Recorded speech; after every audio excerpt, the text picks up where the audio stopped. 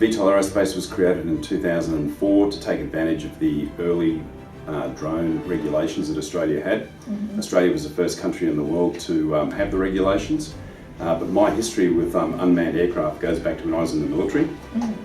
In the mid-80s I graduated from the Royal Military College as an officer, and I went through military training into the intelligence area, and one of my best jobs and biggest jobs was advising the commanders at the time on battlefield information. So in other words, how do we collect information to provide the commander the sorts of things he needs to know to make up his plan.